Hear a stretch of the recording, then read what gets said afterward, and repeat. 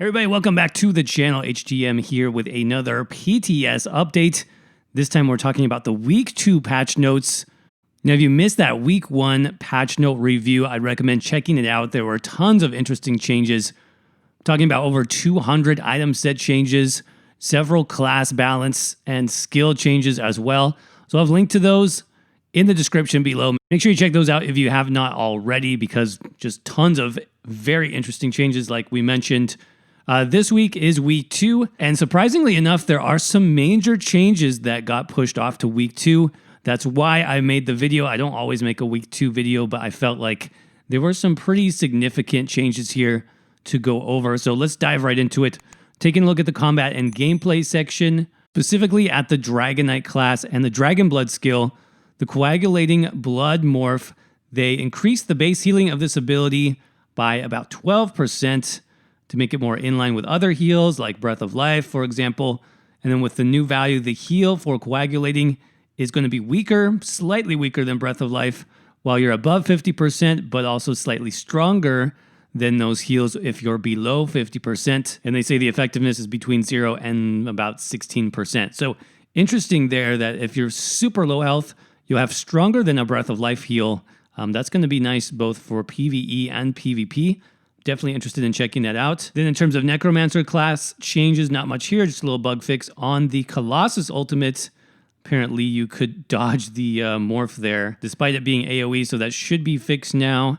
And then just a quick update on riding mounts while you are a werewolf. Apparently you're not supposed to do that, so yeah, they fixed that. But now let's get to item sets. This is where it gets more interesting. Talking about crafted sets first, Dreamer's Mantle, Draugr's Heritage, fixed some issues with the knockback on these sets, which could lead to desyncing. Also fixed an issue where the sets would not stun more than one target. Okay.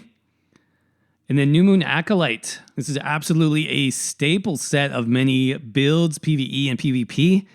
Reduced the weapon and spell damage granted from the set's 5-piece bonus to 401, down from 481.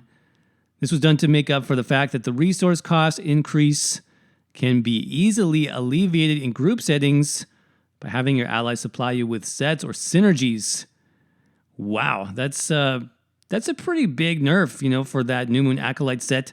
I do use that myself on a lot of builds. The explanation doesn't really make sense. That's kind of a weird explanation. I mean, I'm sure they understand that a lot of solo players would use this set as well, both in PvP and PvE. So definitely a big nerf for sure. I would say they're more wanting to push some of the newer sets and then potentially the older sets that they updated.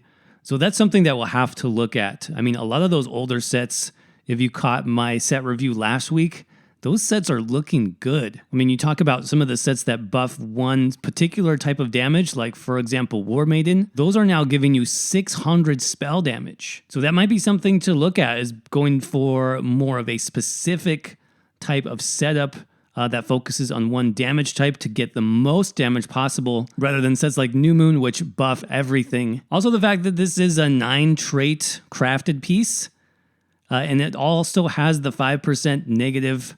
I don't know if the 401 weapon and spell damage will be worth it anymore. Let me know what you guys think in the comments section about that one. And in Torix Pack, they reduced the bonus to the enchantment down to 45%, down from 90%. Since this bonus can apply to both of your enchantments. Yeah, I talked about that last week. I thought the 90% was maybe just a misprint. So they did bring that down to 45%. Moving on to Dungeon and Arena Sense. Elemental Precision. This was the new set from Stone Garden. They reduced the bonus crit damage taken from the set stacks to 5%, down from 6%. It's still a strong set, even with that. I believe you can have 3 stacks max, so 15% bonus crit damage. It's going to be huge. Spell Power Cure reduced the duration of the Major Courage, granted from the set to 5 seconds, down from 10 seconds. To reinforce the need to constantly heal your allies. And then Unleashed Terror. This is the new medium armor set, I believe. Adjusted the set to persist for 10 seconds, up from 5 seconds. Reduce the damage to ensure the DPS remains relatively the same, while lowering the burst damage. Okay, we looked at that set last week as well. That had just tons of proc damage in a relatively small time frame, 5 seconds. So that's a lot of potential burst, thinking about PvP specifically. So now they stretched it out over 10 seconds, most likely doing less damage per tick. So we'll see. They didn't give us the specific numbers on that one. We'll see whether it's still worth it or not. Mythic items and THRASSIAN Stranglers. This got a huge change last week. They reduced the spell damage that you got from each stack.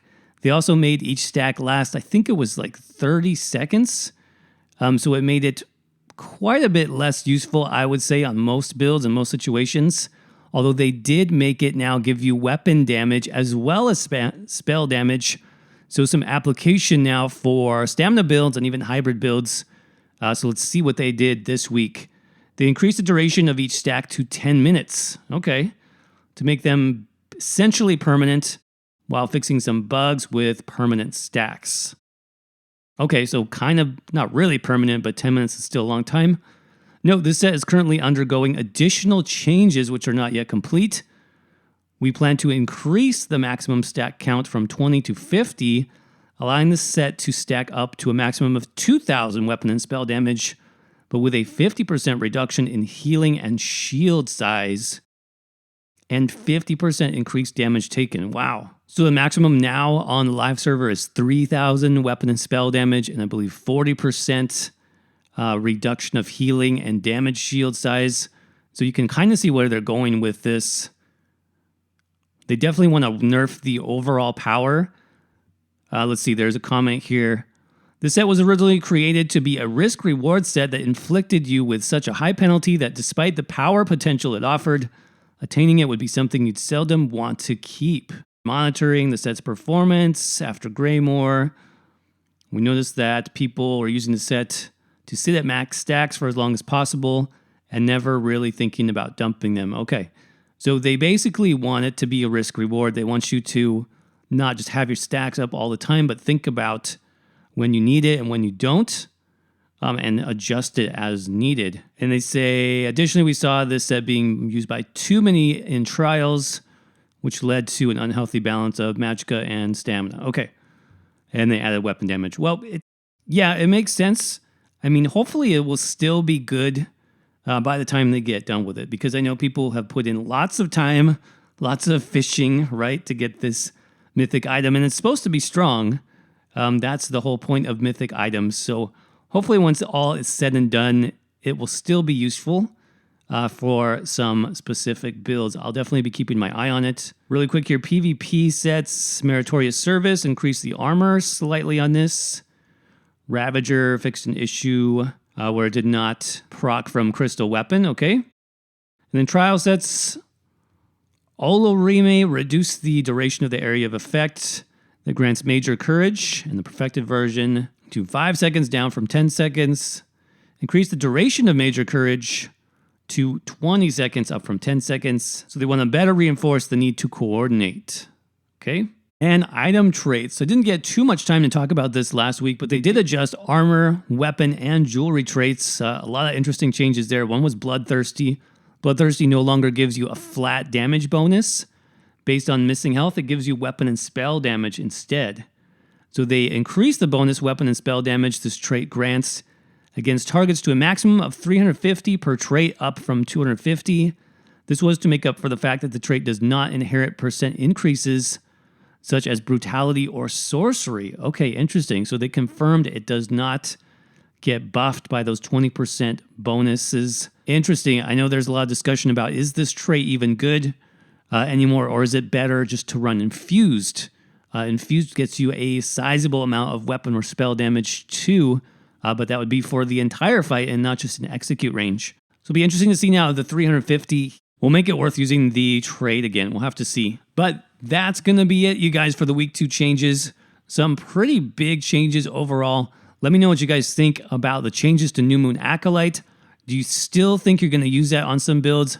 Definitely reevaluating some of my own builds now if that stays where it is. 401 weapon and spell damage.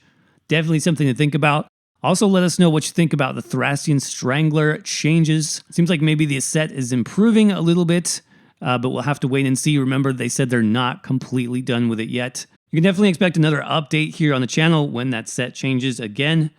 Speaking of which, if you're new here, make sure you hit that subscribe button for more ESO updates just like this. If you liked the video, don't forget to crush that like button for me. Definitely helps out the channel. As always, thank you all so much for watching. Hope you're doing well. Stay safe, and I will see you around in the next video.